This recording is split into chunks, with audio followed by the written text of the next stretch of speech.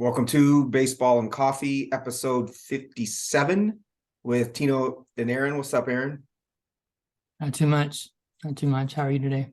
Good, man. Feeling good. Good. Sun's out. It's probably gonna be 50 degrees here today, which is a big boost, and That's the same here. nothing like a little bit of vitamin D, right? For sure. Today we're doing our outfield one episode, top 16 outfielders and redraft. I think we'll save the dynasty outfielders kind of to the end of the outfield section. Maybe not today. You wearing a Dodgers hat for Mookie Betts? Is that what's going on? Yes. Nice. Yes. I love it. That's awesome. And I'm reading the Mookie Betts chapter and in how the book? how to win a broken game. Oh man, how cool is that? So yeah, like Dodgers Mookie Betts bias is full on today. I love it. That book is a trip. I really enjoyed that book. We talked about that prior. Any coffee stories? I guess you got one big one, maybe, if you want to share. Well, I'll just say for now, today I'm drinking Target Organic Peru. Going big budget. But it's actually quite good. Nice fruit tones. I like the acid is nice. It's a lighter roast, and I like Peruvian coffee. I think it's underrated, so I'm enjoying it quite a bit. Okay, so one admission and then a question for you. Sure. The admission is that I love cold coffee. Not iced coffee, not coffee that's been brewed intentionally as iced coffee, but coffee that's just gotten cold. Rude. I know, right? But what I think is interesting is a lot of people really love piping hot coffee.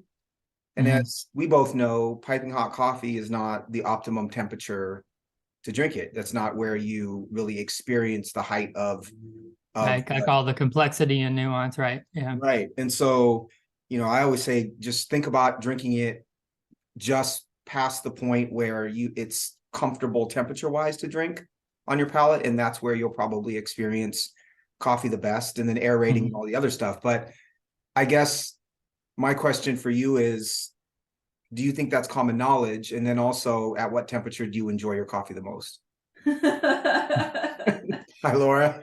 Hi. I don't think that's common knowledge about temperature.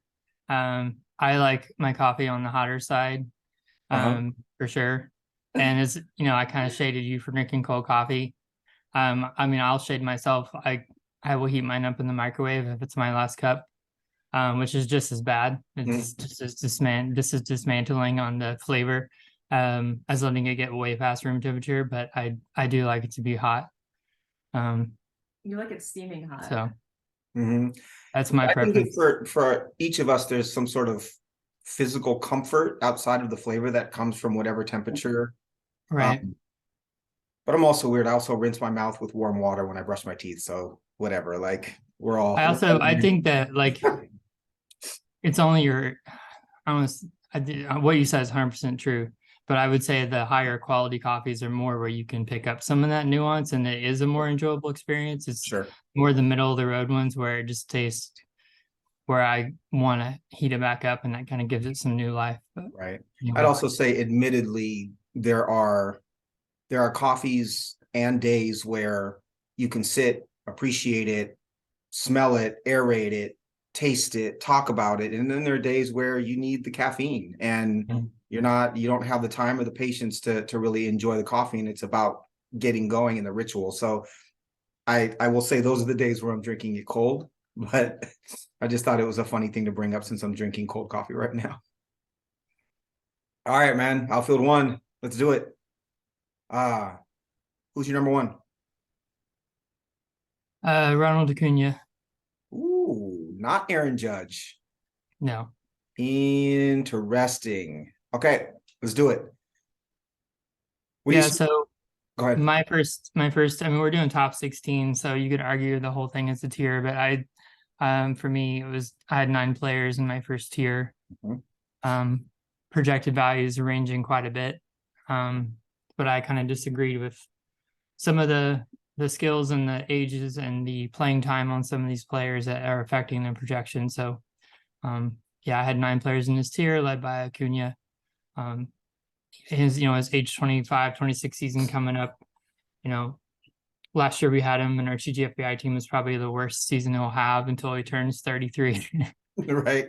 But we still won. It's probably the only chance I'll ever have to roster him, but I'm not bitter at all.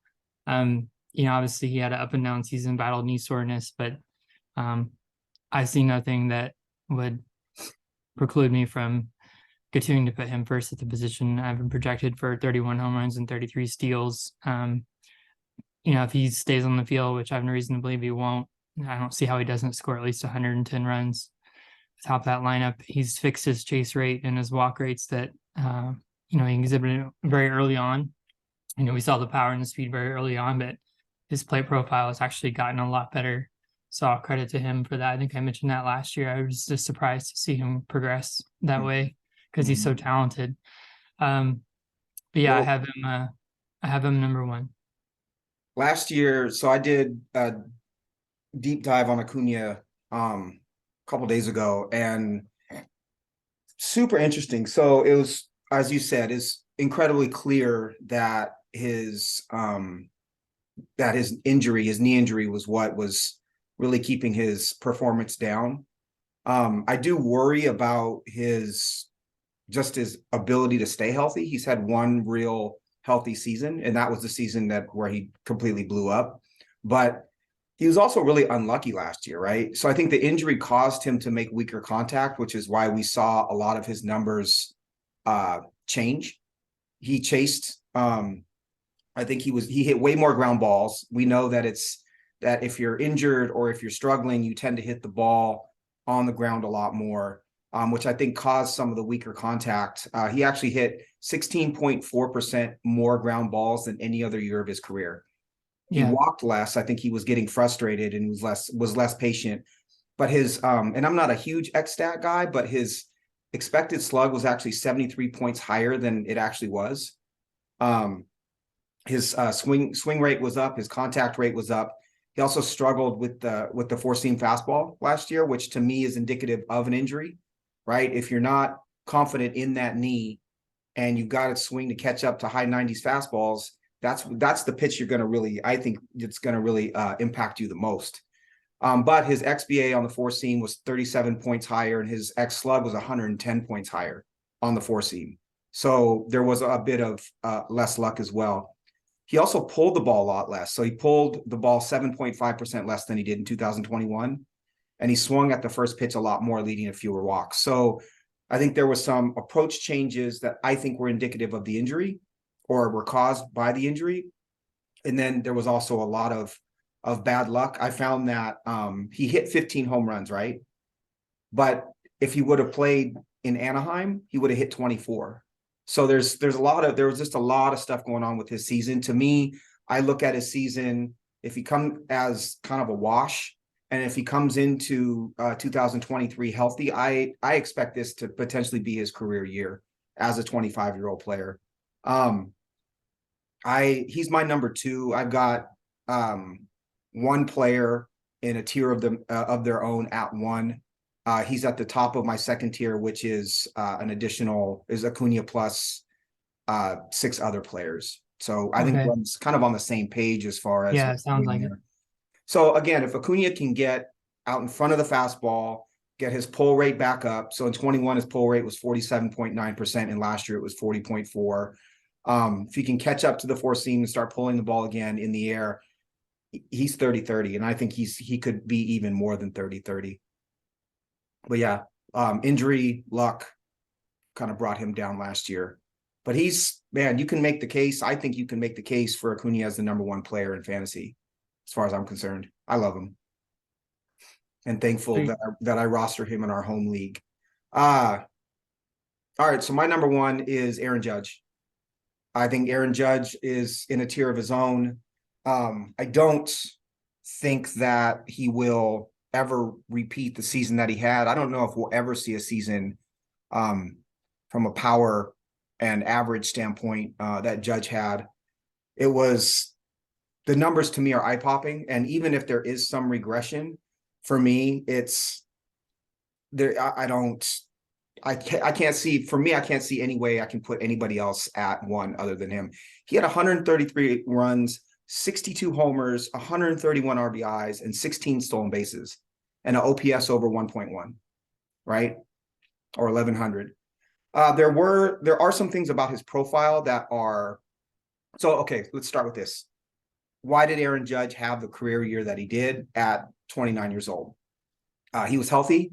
So the knock on him has always been that he hasn't been healthy all the time, but he also changed his launch angle, and he started pulling the ball a lot more. So his launch went from 11.6 to 14.9, which is a pretty big jump, right? His average exit velocity remained the same. His fly ball percentage went up 8%. His ground ball percentage went down 3.9%, but his pull percentage went up 11.2%. So he went from hitting the ball kind of, left center to right center, right? We've seen that, all those highlights, to really trying to get out front of the ball. And that's exactly what he did.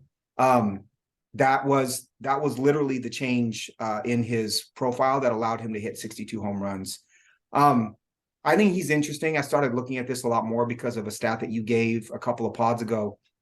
He has a sub 80% zone contact rate, right? So he swings and misses in the zone more than most players do. But because he doesn't chase a lot, and because when he hits the ball, he hits it so hard, it doesn't matter that he doesn't hit the ball as often as other players do in the zone. But it was such a monster year that even if you regress his homers down to say 45, but he keeps the double-digit steals, I still think that's probably going to be the number one season. I think there are players we'll talk about later that could surpass him if they had their career year, Acuna being one. But if I'm playing the averages, I think that Judge is the number one outfielder for one more year. What's your case for Judge being below Acuna, or what is it that you see in Judge's profile that might give you some concern? I wouldn't say I'm concerned. I just he's 30 going into 31. And then although he's not slow by any means, I wonder how much he's going to run going forward. I just was pulling up his Fangraphs page here. So he had 16 steals last year, 6 and 21. 2020 we won't talk about. 2019 he had 3. 2018 he has 6. 2017 he has 9. I got him projected for 9. Coming off that season, it's going to skew his projections. I don't doubt his talent. To me, I saw a lot of other players who have similar power, who haven't had their peak season yet, and doesn't come with necessarily his price tag coming off the historic season that he had. So it's something I wouldn't argue, and wouldn't have a problem starting my team with him. He just wouldn't be my first choice. I would prefer to get someone who I feel like is more assured of like 5 categories. Sure. Yeah, I think they're looking at the list. I think there are 6 players you could make the case for being the number one outfielder, right? I put Judge in a category of his own. I think in part just because of the 62 homers. If he hit 12 less home runs, he's still going to hit 50, right? And I don't know that anyone on the list outside of maybe Trout has the ability to hit 50 home runs. But if we are looking for well-roundedness, I agree. I think that his 16 steals is probably his peak. I don't know what motivated him to run as much as he did, but obviously for fantasy purposes, I love it. Yeah, absolutely. And admittedly, like, I'm an Aaron Judge hater and I'm a Yankee hater, right? I've never liked him as a player personally. And I can't stand the Yankees, but I just think that season and the tangible approach change that he made, if he can maintain that approach, I still see 50 plus home runs, and I'll take that over the rest. All right. So Judge is at what number for you? 6. Ooh, big difference. Really? Yeah. Interesting. Well, let's start. Okay. So who's your number 2? So 2, 3, 4 for me are Betts, Julio, and Tucker. I really struggled ranking Betts and Julio. They're both leadoff hitters. They're both 5 category players, which I value in this for this exercise and in terms of these rankings. They're both going to help you across the board and leading off. I mean, the runs are just going to be plentiful. I ended up going with Mookie just because Julio, I mean, he's still developing, right? And so he could choose to change his launch angle and try to hit 40 home runs. He could show up 5 pounds lighter with his speed and choose, try to hit 50 steals. Mm-hmm. He could keep his launch angle where it is and try to hit 330. I mean, he's silly putty basically. He can mold himself into whatever he wants to do. He's 22. Right. But everything in his speed and contact profile, and the amount of hard contacts he makes, really saw the two sides of a coin in terms of his running last year. He ran in the first half and ran in the second half. So again, that gives me just a little bit of uncertainty, not in the talent, just like which way is he going to go? What kind of player is he going to be? Right. But I'm still very confident leading off with all the tools that he has, that he's going to be an asset that I would really value highly. And I put Mookie above him just because Mookie has a little bit more of a track record where I know exactly what I'm getting. Awesome. Mm-hmm. Yeah, I don't need to go over Mookie's strengths, his zone contact, his lack of whiff rates, his walk rates. And I think he's someone that with the rules adjustments that he's just a super skilled, super smart baseball player. And I think he will garner all of the advantage in terms of the concessions that MLB is making for stealing and base running. I think I could see his steals going way up. I have him for 12, which puts him at $37, which is the same I projected for Julio, but it was really tough. I love both of them. I'd be thrilled with either one of them. Mm-hmm. Mookie, I found really interesting because he's almost stopped running, right? The last 3 years, he's had low double-digit steals.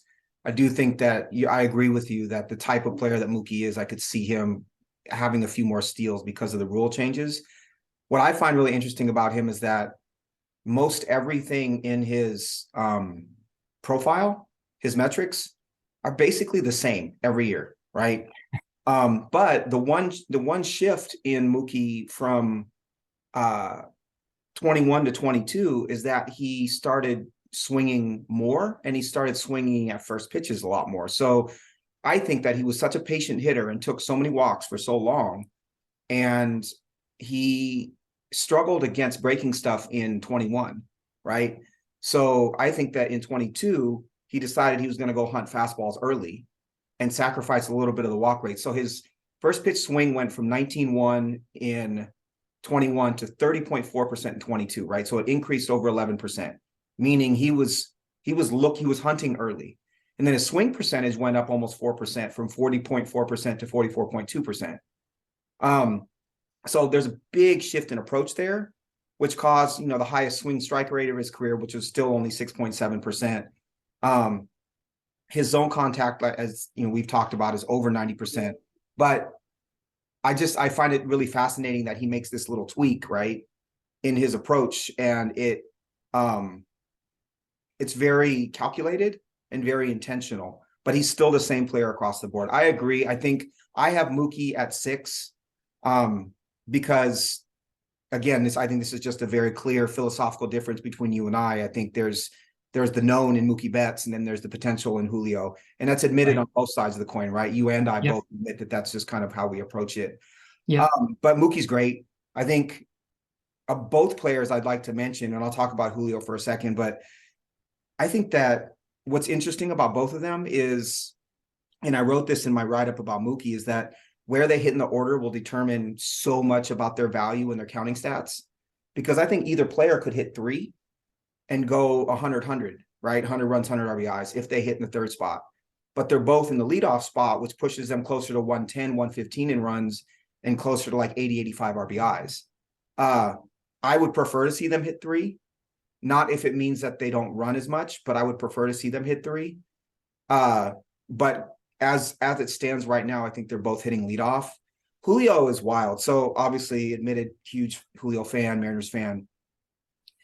But what I find so interesting is calling him like silly putty or clay, right? Moldable clay is so correct.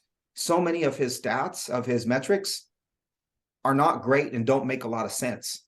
and yet he still posted this, had 28 home runs and 25 steals, right?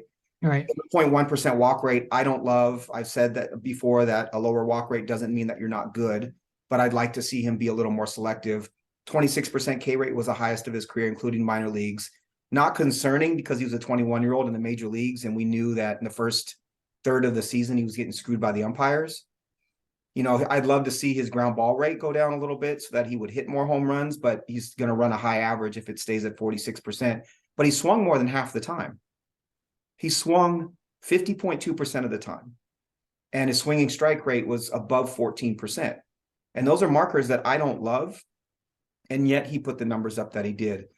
The one, and then I also would love to see him try to pull the ball a lot more. He hit the ball, he pulled the ball 39.2% of the time, and he hit it to center 37.6.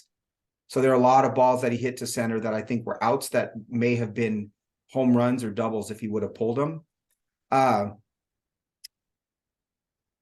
Here's my concern with Julio. I have Julio at 3. So my top 3 are Judge in his own tier, Acuna at 2, Julio at 3. My concern with Julio is that I don't know that he's going to continue to run, right? I don't, especially if they move him down in the order, but I think that him running the first half of last season was, you know, he's had this newfound speed. We talked about how he trained and increased his speed, but he's too valuable of a player to the Mariners, I think, for him to run as often as he did. I think he settles in as like a 10 to 12 steal player. And I think he'll also probably fill out a little bit. So his value is going to have to come more from his batting average and his home runs than it did from his speed. I think his speed, I see it as more of a one-off. I may be mistaken, but if I'm running the organization, I'm telling him, do not run anymore, right? Your bat is too important. Your defense is too important. I don't want you running as much as you did. I also think he moves to a corner outfield spot probably sooner rather than later in order to allow him to continue to focus on his hitting and not get injured. So that's my thought, my perspective. I still have him at 3. I think if you can, same argument as Bobby Witt Jr. for me, if you can kind of feel your way around as a rookie to 28 homers and 25 steals, as a 21-year-old, I think the sky's the limit. But I am going to focus early in the season on, you know, is his approach changing at all and is he running? Because those two things could push him up to number 1 and could push him down as far as, say, 8 or 9. All right, so you have Kyle Tucker at 4, correct? Yeah. This one is interesting to me. I have him all the way in the 3rd tier at 9. Okay. He's a player who I do not like from a fantasy standpoint for the price that he costs in a lot of drafts. Let's talk about Kyle Tucker a bit and see why we have the differences in evaluation that we do. Yeah, so he was the last of my least preferred of the 5 category. Have him for 30 home runs and 18 steals. Really elite contact and whiff rates. And he's in the top 3rd and barrel and hard hit. His launch angle is 19 degrees, so his projected batting average is a little bit lower. He does have more of a fly ball lean. But yeah, with the projections being where they were and those plate skills, and him also being 25, despite not being my favorite player, I felt like that profile, if I took the name off, should deserve to be there based on how I was looking at these players. I don't see his batted ball. Like his batted ball, I have in my notes as less than elite, right? 69th percentile average exit, 75 max, hard hit, 63rd. He's also not very fast. And so the speed is coming from kind of understanding how to steal bases. Right. I'm surprised to see his 32nd percentile speed. Really surprised me. He does run a low K rate. He makes a lot of contact, but sometimes for me, that's a negative, not a positive. Right. I think he makes a lot of weaker contact at times. His barrel rate was just above 10% last year, and his average exit velocity went down to 90 miles an hour, which was the lowest of his career. I'm not quite sure why, other than maybe he hit more fly balls, but I don't see an elite athlete, right? I don't see the explosion in his game where there's much more upside than what he has right now. You know, granted, he's a 30-15 outfielder is great, right? And I think if they hit him higher in the lineup, then we might see his counting stats increase a little bit. One other concerning stat from last season was he only scored 71 runs, despite the other statistics. And that is because, I'm bringing it up now, he hit 36 games where he hit sixth, 82 games where he hit fifth. And those were the two highest places in the order. Yep. If he hit second, right, or third, I think we would see some of those stats come up. But I don't see the elite talent there. I see the counting stats, and that makes him a very good outfielder and an outfield one for me. But he's not in the same stratosphere for me as a Betts, right? As a Rodriguez, as an Acuna. I've got other players on the list we'll talk about in a minute that I have over him. I think this may be the best that we see from Kyle Tucker. I also think that if that offense plateaus at all, right, then his counting stats are going to come down, and the RBIs are what drives some of his value right now. So again, OPS of 808 last year. It was 917 and 21. Sub 10% walk rate, makes a lot of bad contact, not bad contact, but less than elite contact. And then interestingly, he pulled all but 2 of his home runs. He had 1 home run to left center, and he had 1 that was just left of center. Okay. But his pull percentage is only 39.9%. So we might see his average go up a bit. Or let me reverse this. I don't like the fact that he's pulling all of his fly balls and he's hitting all of his ground balls elsewhere. If he was pulling his ground balls, we might see his average increase because of the new shift rules. But he's hitting his ground balls to center and the left side. And he's pulling all of his fly balls. That's what I see. It's just, again, like I've said before, I try not to be biased based on team. I actually really respect the Astros' ability to teach and their approach with both hitting and pitching. And I think they've gotten the most out of what they have in Kyle Tucker, but I don't see the upside potential. I see this probably being the highest place that he ends up being ranked for me over the course of his career. Yeah, he must make a lot of medium contact because I see both what you're saying in terms of he's not elite with a hard hit, but also in his weak contact, he's in the top 85 percentile. So it must be just like a lot of medium contact. It is. So this is crazy. He had last year 14.2% soft, 50.3% medium, and 35.5% hard contact. So it is a ton of medium contact, which if you're placing the ball in the right place is great, right? We know you can hit a home run without barreling the ball. But again, I don't see the elite skill that's going to put him in the class of an Acuna or of a Julio for me. Oh, yeah, I agree. I'm below those guys. And I think it's a great poll what you said about the runs. I have him right now. My projections are showing 92 runs, and he wasn't anywhere near that last year. So that's something I need to adjust. Right. His highest was 83 runs in 21. Real quickly, and not that I think roster resource is always perfect, but I do want to see if they have a change in their lineup based on the changes on their roster. Because if he is in a different place, again, that changes. They have him right now at 6. Yeah, and that's where he's at. And I think, and it's interesting because I know just from listening to content and things like that, there's a lot of clamor of why don't the Astros hit him higher? Why don't the Astros hit him higher? Yet we all know they're really smart. So to your point, maybe they know what they have in him, and the way that maybe that ought to speak to us that they don't see, they don't value him that way. Right. And it's not just Dusty doesn't like young guys, because he having problem putting Pena in that spot.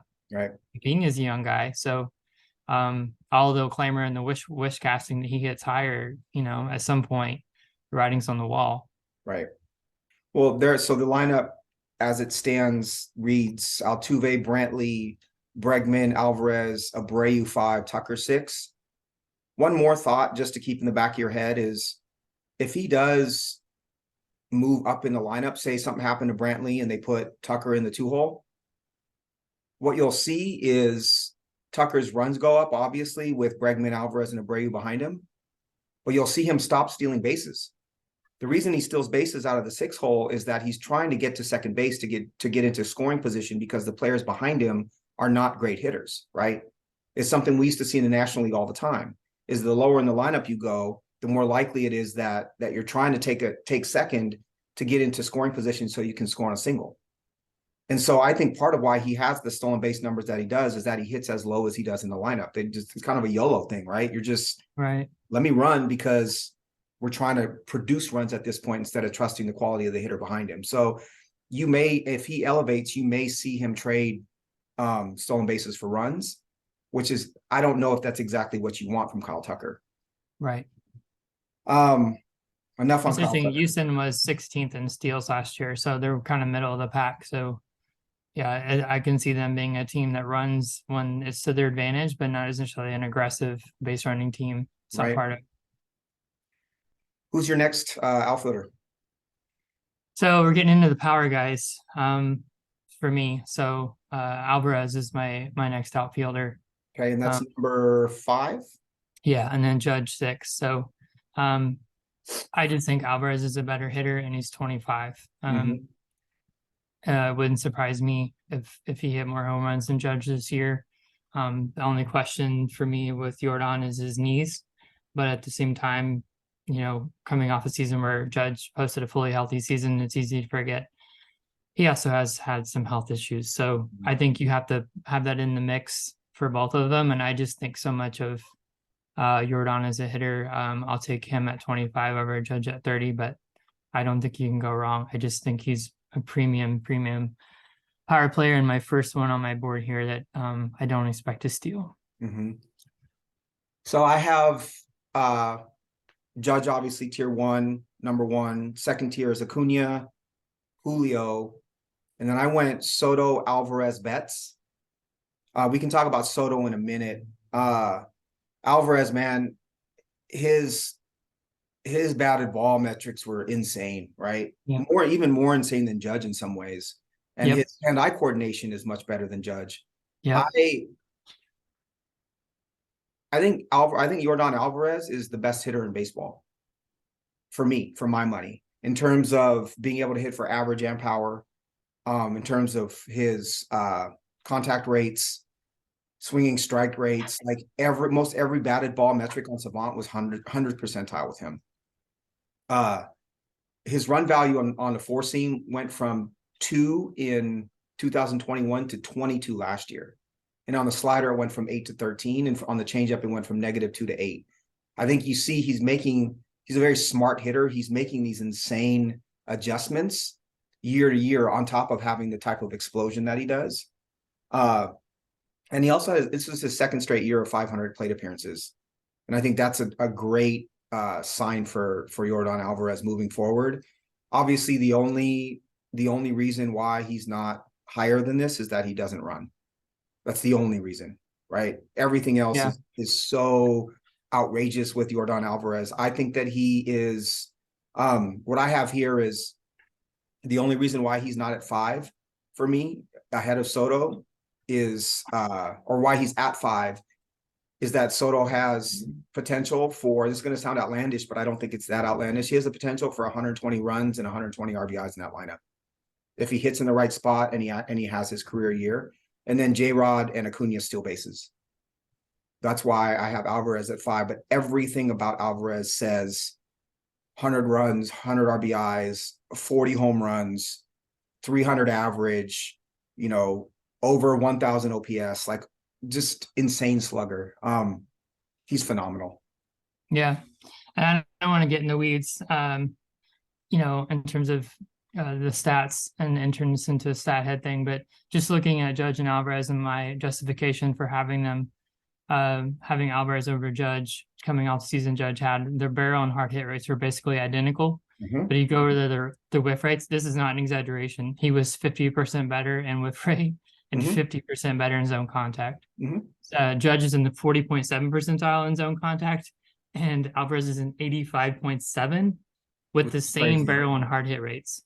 Judge is in the 32nd percentile in whiff rate, and Alvarez is all the way up in the 68th percentile, so double in both. So that combination of contact and power is, I think, really special. I just think he's a special hitter in age 25 season.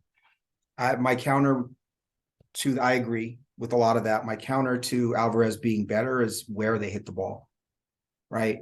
So Alvarez hits the ball equally to right field and to center field as a left-handed hitter. and he hits the ball less in the air by about 3 degrees or so, 2.5 Yeah, degrees. 12.3 to 15. Yep. Judge pulls the ball. Like I said, the big adjustment with Aaron Judge last Yeah. year was he lifted Pulling the and ball in pulled, the right? air. Yeah. So Yep.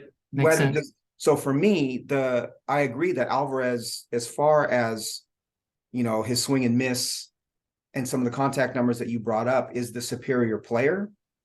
But Judge has will continue, I believe, to have better power statistics because of where he hits the ball, right? It's hitting the ball as hard as he does, but in the way that we talk about Bregman and Marcus Semien, right? Hitting the ball in the right place at the right angle for today's game.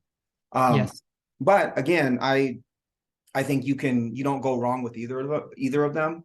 And I trust Alvarez's skill level, if that makes sense, more than I trust Judge necessarily being able to maintain all of his gains from last year. Again, the problem with Alvarez, he's simply not going to run. His knees are so bad. And we're not talking about dynasty, but in a dynasty format, Alvarez is scary. Alvarez could, his knees could give out at age 27 and be half the player that he is right now. His knees are that bad. So anyways, I have Alvarez at 5. Why don't we take a quick break and come back and see where you have Juan Soto and talk about him a little bit. Fair enough. All right. Bye. No problem. All right, Aaron, Juan Soto. He's my number 4. Where's he at for you? So I have him at number 9. It's probably wrong. What you said before we went to break about 120, 120, I don't necessarily disagree with that. And I think I have to relook at like how I value those counting categories. I have him down here because he's a player that I wasn't sure what kind of power or speed I was going to get from him, whereas the players above him were more pronounced in those categories. I know his skill as a hitter, but yeah, I'm just not sure. I just get the point with him where I know that he really, like, his identity is wrapped up in not swinging at balls, and his O swing is super, super elite, and he makes a lot of really good contact on top of that.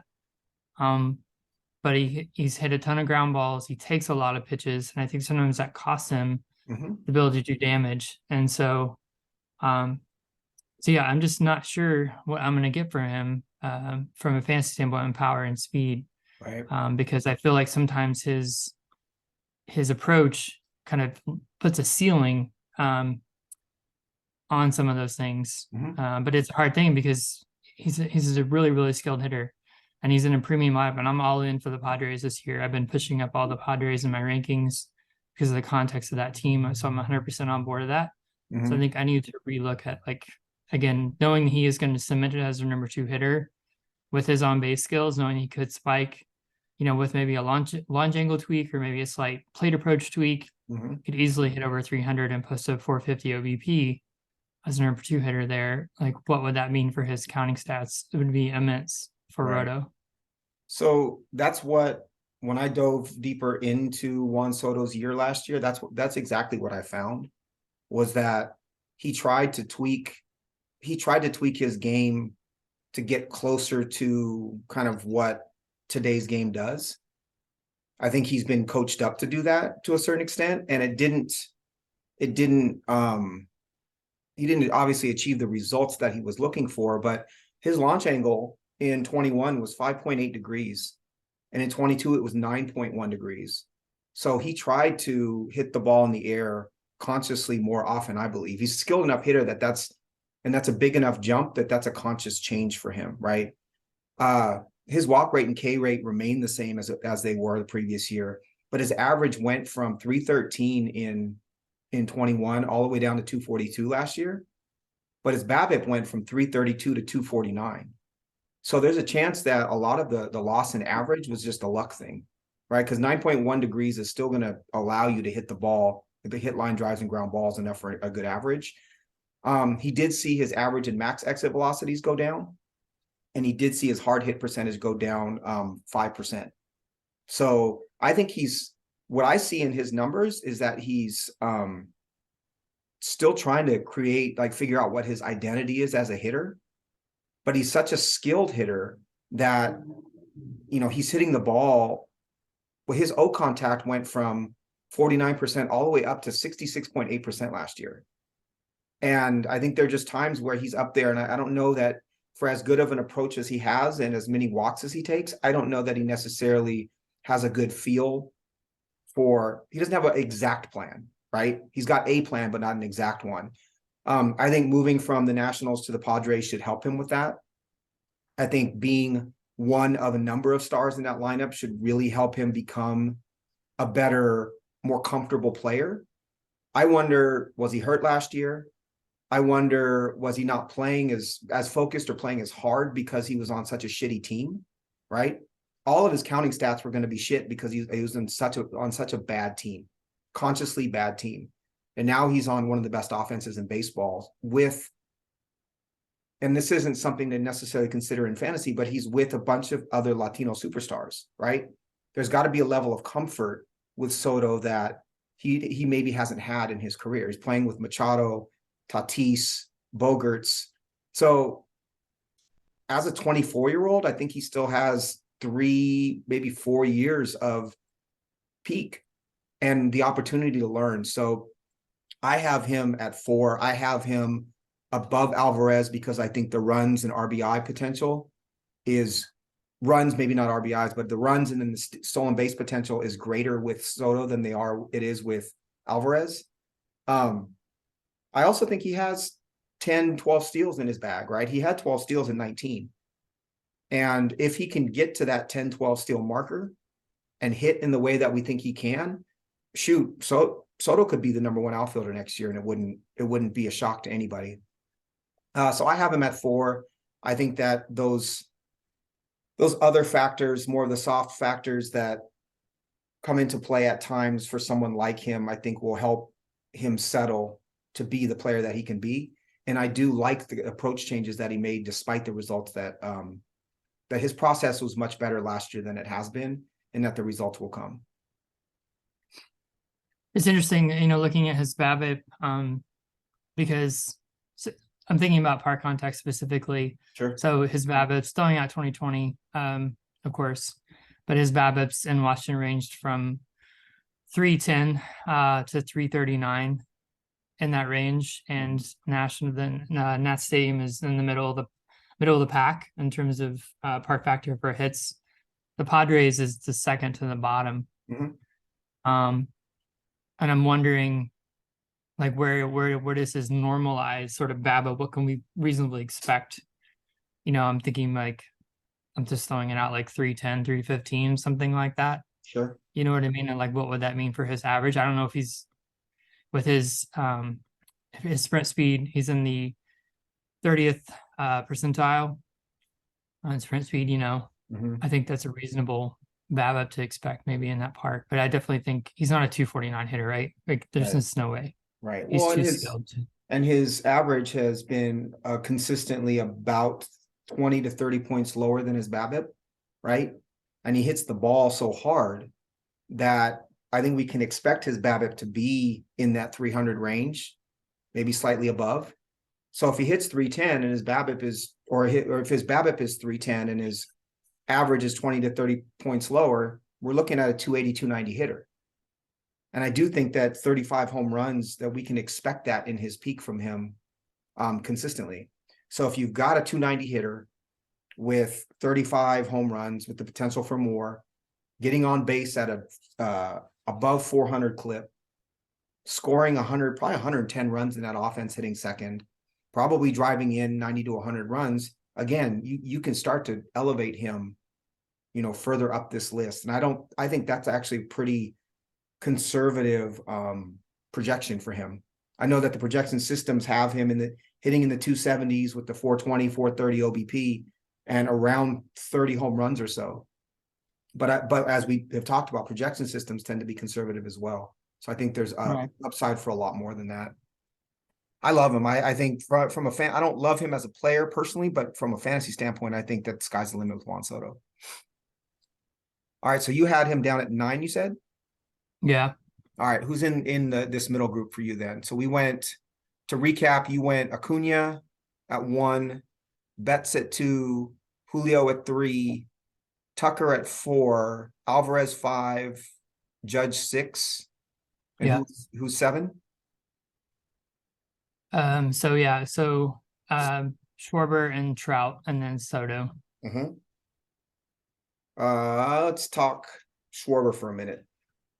I have him at 10 in my third tier, just below Kyle Tucker. Do you value him here and assuming he's going to repeat what he did last year, or do you see more upside for Kyle Schwarber next year? Well, I do. I don't think he's a 225 hitter. I think he's a better hitter than that. He does have a 2-strike approach, and I think the shift limitations will help him quite a bit. Mm-hmm. And it was really, he's not. Alvarez and Judge are clearly better. I was looking at him in comparison to Trout. He's one of 4 players in the outfield I have projected to hit 40 home runs.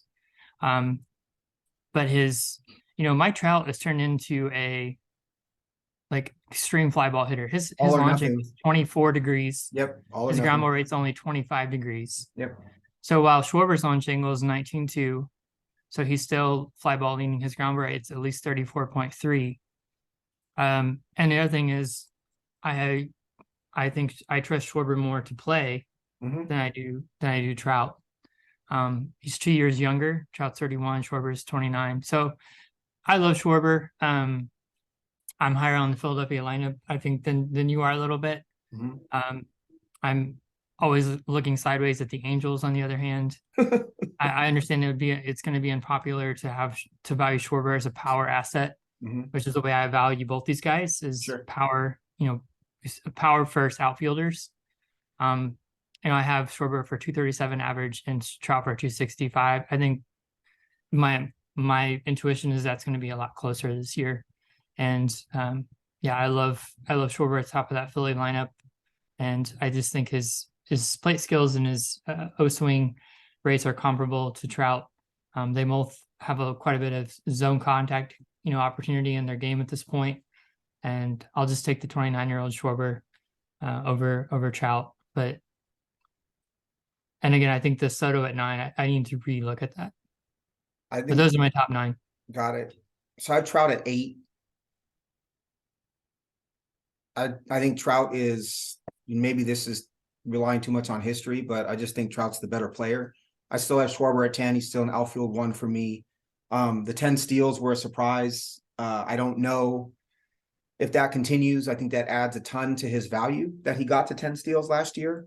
I don't think he's a 218 hitter either, but I do think he's a 235, 245 hitter, right? I don't know how Trout ended up at 283 with the launch angle that he did. 283 hitter with the launch angle that he did, but he did end up at 283. Here's the differentiator for me between Schwarber and Trout. Trout hit 40 home runs in 499 plate appearances last year.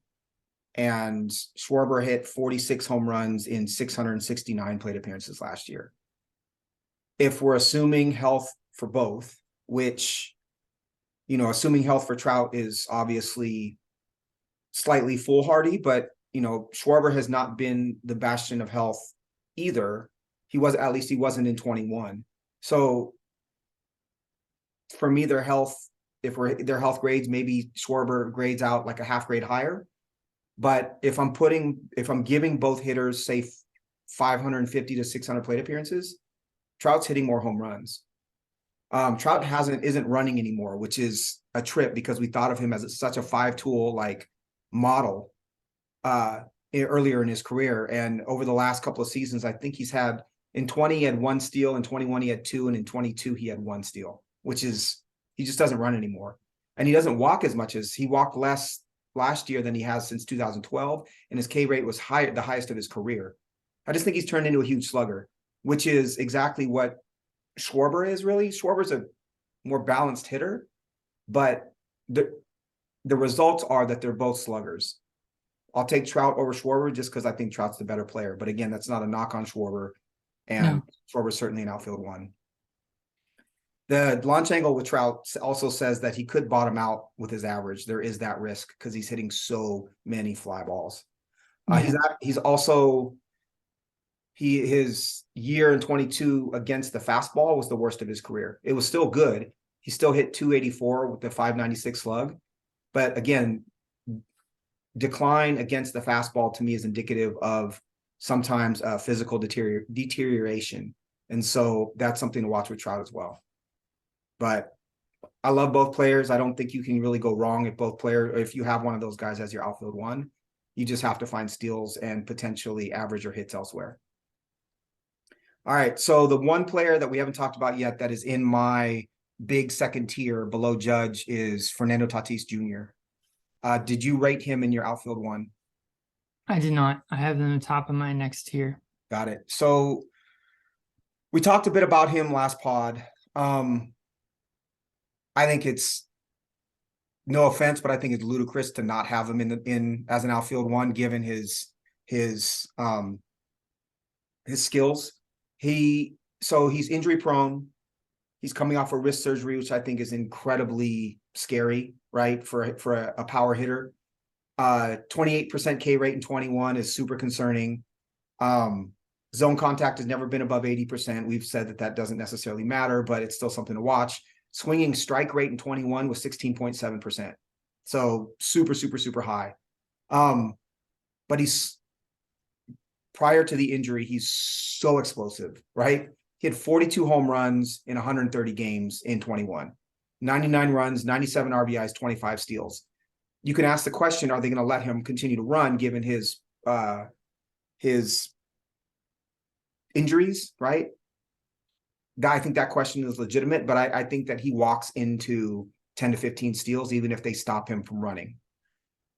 But for me, when I look at this list, I have him at 7. When I look at this list and I think about his talent and his skill level, and I look at the players that would be available that I have below him, which are Trout, Tucker at 9, Schwarber at 10. Am I taking Trout, Tucker, or Schwarber over Fernando Tatis Jr.? This is the point in time where the reward outweighs the risk. I'm not taking Betts or Alvarez or Soto, or I'm not taking Tatis over Betts, Alvarez, Soto, Julio, Acuna, Judge. I'm not. Even if he might be the better player, potentially. That's too much risk. But Trout as a 4-category player, Tucker without the elite athleticism and the upside, Schwarber as a 4-category or 3.5-category player, maybe. I'm taking Tatis. There's too much potential there for me. Until I know that if we find out that his wrist is weak and he's unable to hit for the power that he did, then, the argument can be made to push him way lower, 100%.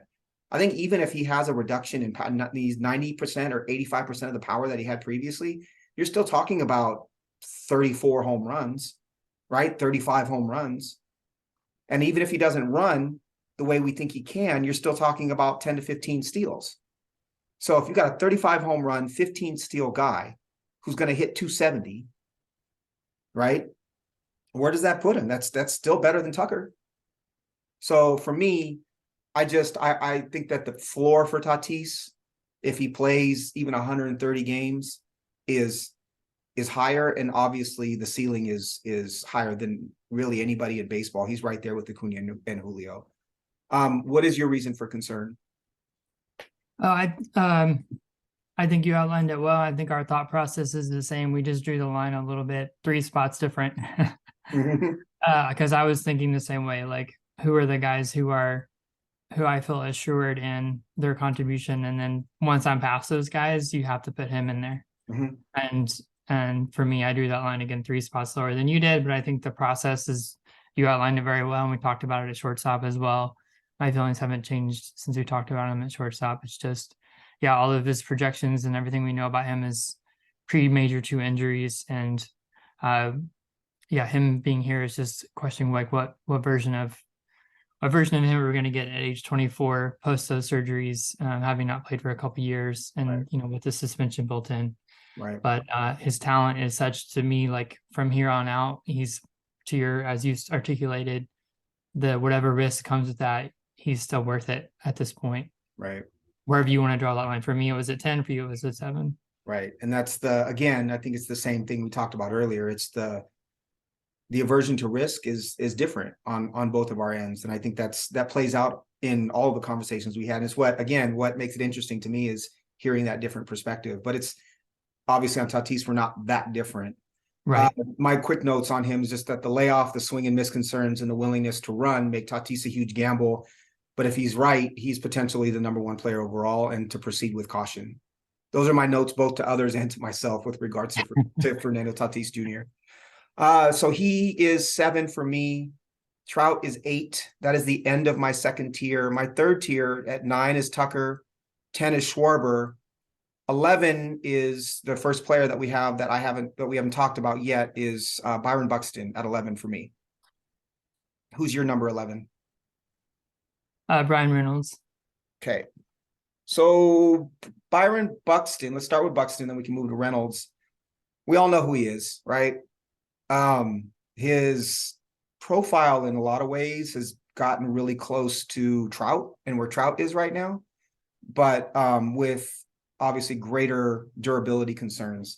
His launch angle last year was 21.4, which is high. He had 28 home runs in 382 plate appearances, which is pretty insane, right? But he's not running anymore either. He had 6 steals last year. He had 9 the previous year. He had 2 in the COVID year. He had 14 in 19. He had 5 in 18. I think it's time to stop talking about Byron Buxton as a speed threat. It's time to talk about Byron Buxton in the same category as Kyle Schwarber and Mike Trout. Yeah. Right? Lower average, explosive power, trying to elevate the ball. And there is tremendous value in that, as we talked about with Trout and Schwarber. Buxton just hasn't put that entire season together because of injury. But is there 40 home runs in his bat? Is there 45 home runs in his bat? I think there is. I don't love him as a player in the way that I loved him coming up. The strikeout rate above 30% is very concerning.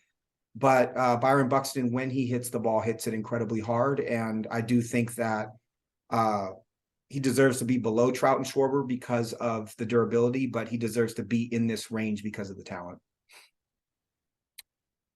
Anything to add on Buxton? No, I think just the average and the speed. As you said, he's kind of turned himself into just a, not one tool, because he's so much more talented than that. But his approach and what he's doing, he's turned into just a premium power player. And without so the batting average and speed risk has him outside of my outfield one. Right. Yeah. I don't know what else to add at this point. He's still an upside play. We're talking about him as an upside play at age 28, which is pretty funny. Yeah. All right, Brian Reynolds. Yeah, so after Tatis at 10, I have all these guys.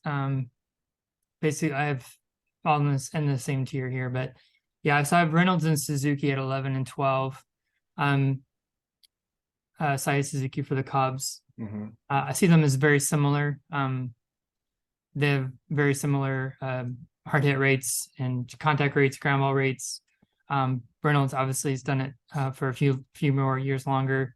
Both of them are going to have premium spots in their respective lineups. Both of them have a good plate approach, low 20s K rates, double-digit walk rates, very low, deviations in their projections, and as well as, again, they're guys I don't think, are going to give you 25 steals, but I think they both could easily get, 10 to 15, something like that.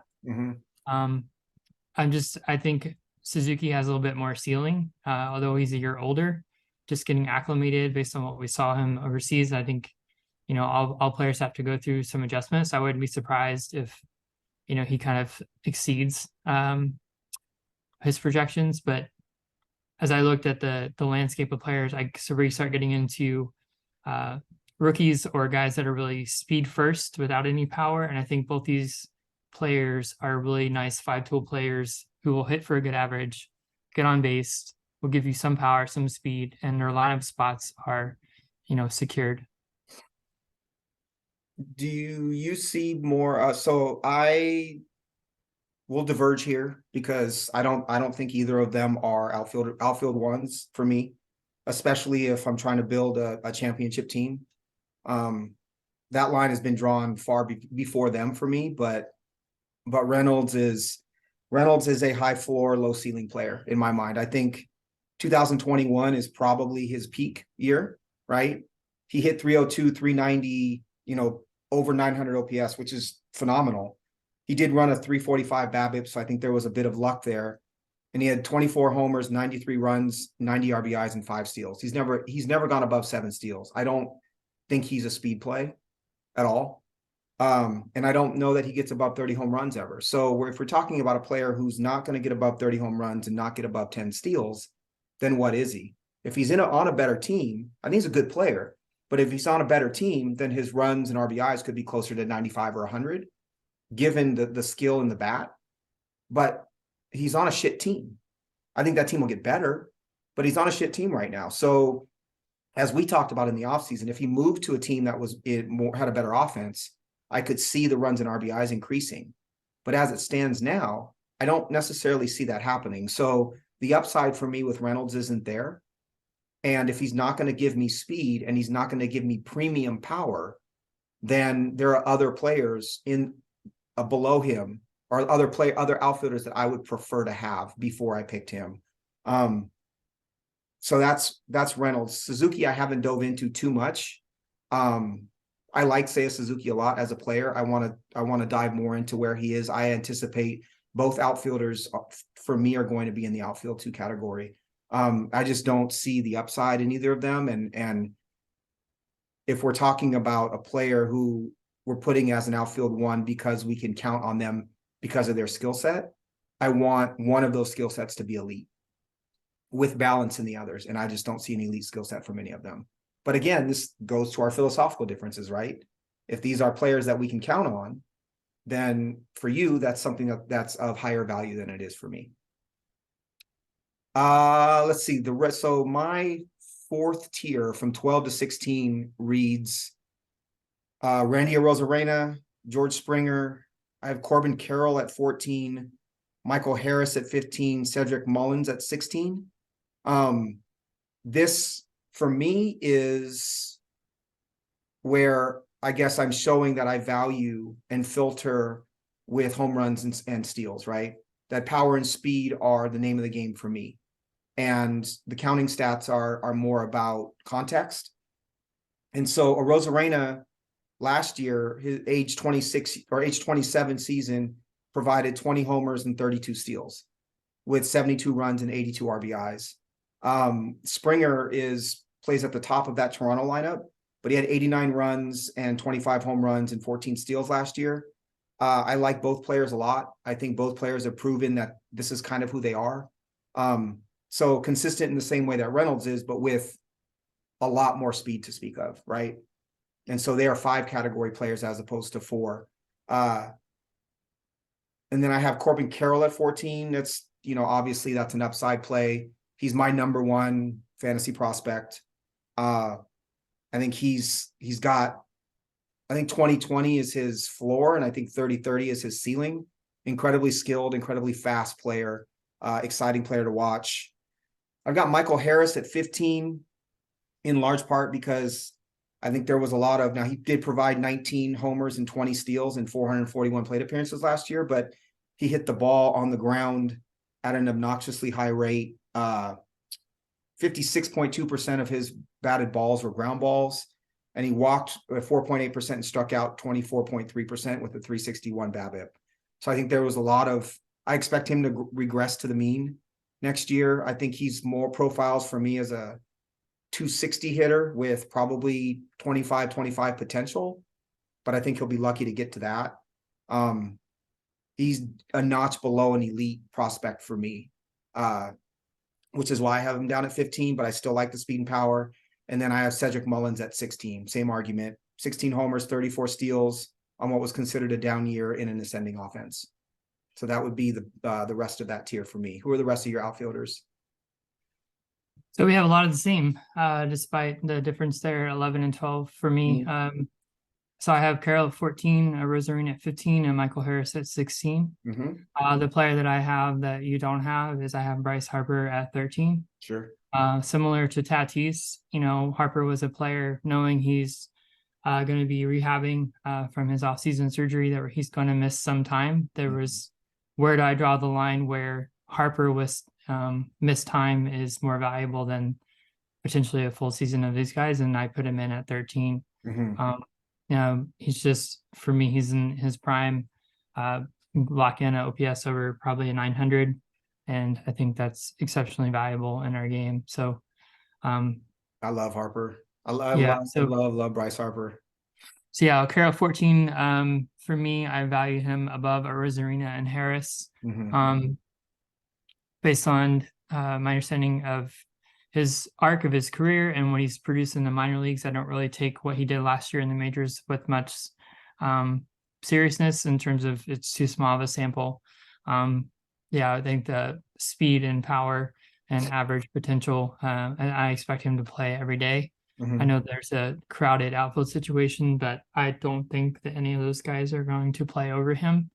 So someone with that kind of skill set and plate skills, especially as a young player, I think he could have a special season. To me, Rosarina, has flaws. Not a fan of the plate approach, but he's a volume play, and hits the top of that lineup and is aggressive on the base pass, and has enough pop, I think, to get to 20 home runs, or he has. And then Harris is a very debated player, I think, in terms of what he's going to do in his sophomore year, what his role lineup is going to be with Albies returning. He has some concerning reach rates and things like that. But again, I think the power and speed is such that, as well as the Atlanta team context, I wanted to keep him, and I felt like he deserved to be in the top 16. But And so no Mullins was in Springer were the difference then, or the two different players. Yeah, both I considered, but I did not push them in my top 16. I have a couple of. It's interesting. Mullins, Mullins has demonstrated steals, right? But his sprint speed, it's just anything to study. Like similar with Trout, right? Like Trout has this elite sprint speed, and yet he doesn't steal. And you look at Mullins' sprint speed going into his 28 season, you're like, okay, that's not elite speed, but he has consistently posted high steal rates. So there's more stealing than speed, right? Right. Totally agree. I totally agree. I also love Mullins' season 2 years ago, and I think that he's probably as a predictor for 23 is probably somewhere in the middle of his 21 and 22 season. But his homers and steals are for, again, at this point in time, is what I would look for. He had 30 in 21. And that offense is only getting better. Any outfielders that just missed that you want to mention that you considered? I don't think so. I think there's enough really interesting players that we can save for our next pod. Sweet. The only comment I will make is I did not have Adolis Garcia, even though he had tremendous counting stats. I just don't believe in the approach and the skill set. I guess you could say something similar to a Rosarena, but a Rosarena has a greater track record for me and a little bit more pedigree. I didn't put Harper on there because of the time missed, but if Harper was healthy, he'd probably be maybe even above Betts for me, between Betts and Alvarez. And then I have Luis Robert and Eloy Jimenez as considerations as well. I don't love Jimenez either, but he just keeps putting up numbers when he's healthy. And Robert, I have no clue what to make of. We can talk about him next time, but man, 48.3% chase. He's up there flailing at everything, right? But he hits the ball hard. So no idea what to make of him. I always thought it was silly that he was elevated. He was pushed so high, right? Last year, heading into last year, we saw him middle and end of the first round. Towards at his peak, which I thought was just insane because I understand how great of an athlete he is, but the approach was so bad, right? So those were 4 that I have as kind of just missed. Fun position. I think what's interesting to me is there are some, at least my perspective, there is a really stark cutoff from elite, like true outfield ones to very good. But I better get a second very good outfielder on my, on my fantasy team to be able to compete. It's a pretty quick cutoff, and then outfield 2 and 3 can get really ugly pretty quick. So not as much depth in the outfield as I think I typically think of when I think of the offensive production from this position. I would say get one of the top probably 8 or 9. If you are really serious about competing. I think it's really hard to really hard to win a fantasy championship without one of those top 8 or 9 players. That's where you draw the line too, right? Somewhere around 8 or 9. Yes. Cool. Let me ask you one more question. How many of these guys are first round TGFBI picks for you? If you go down the list. 5, 6. So the cutoff is at where for you? Cunha, Betts, Julio, Alvarez, Judge, Soto. Yeah, Yep. so I think. Me too. I don't know that I certainly not with Tatis. Don't know that I feel comfortable with Trout. Would not pick Tucker in the first round myself. And then Schwarber, Buxton, Rosarena, you get into that range. So yeah, I'd say that about 6 first round picks. You got anything else for outfield 1? No, great discussion. This was fun. I really do learn a lot, and I enjoy these. And this particular position, obviously, we just talked about a bunch of baseball stars, which is super cool. Super cool. Yeah, for sure. We are officially 1 month away from our spring training adventure. March 8th, is that the day we land? Are you as excited as I am? Man, a lot's going on in my life right now. I'm just trying to make it through the slog of February. I'm both eager for it to get here, and I'm also like feeling the pressure of trying to be ready because we're drafting that weekend as well. And then our TGFBI draft is going to be starting late this month. Right. So I'm spending time on baseball every day, but I always feel like I could be doing more. And so I think that's just part of my mindset, part of my nature. I have to constantly try to reel in. But I mean, I'm going to be ready as I can. I think if you spend time every day, you don't realize maybe what you're accumulating. But I'm excited, eager for it to get here. And then also feel like I have a lot to do before it gets here, and a lot of stuff going on in life outside of baseball and stuff. So right. I'm glad someone has a lot of stuff going on outside of baseball. All right, brother. Yeah, all right, Tino. Be well. Always a pleasure. Yep. All right.